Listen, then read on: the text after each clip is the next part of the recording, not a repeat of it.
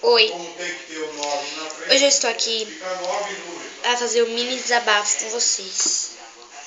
É um desabafo sério, muito sério. Tô magoada. Já faz 2 dias que o Leonardo não me procura.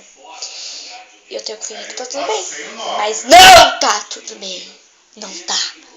Vocês entenderam? Tá tudo bem.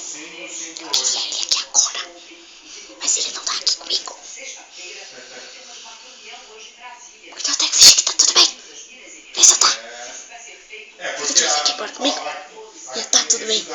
Mas não tá tudo bem. Não tenho ninguém do meu lado. Isso me estressa. Eu fico muito nervosa quando isso acontece. Não é normal. Não.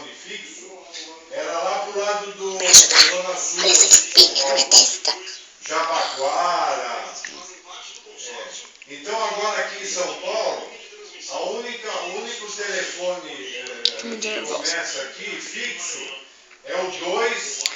Tô com vontade de matar. É 2, o 3. Aprendi. Não se mexe comigo. Me dá valor, respeito, carinho, atenção. Tudo que eu preciso, mas não tenho. Porra. Pra você ter uma ideia, aqui o meu telefone fixo aqui, Um beijo. ele era 69.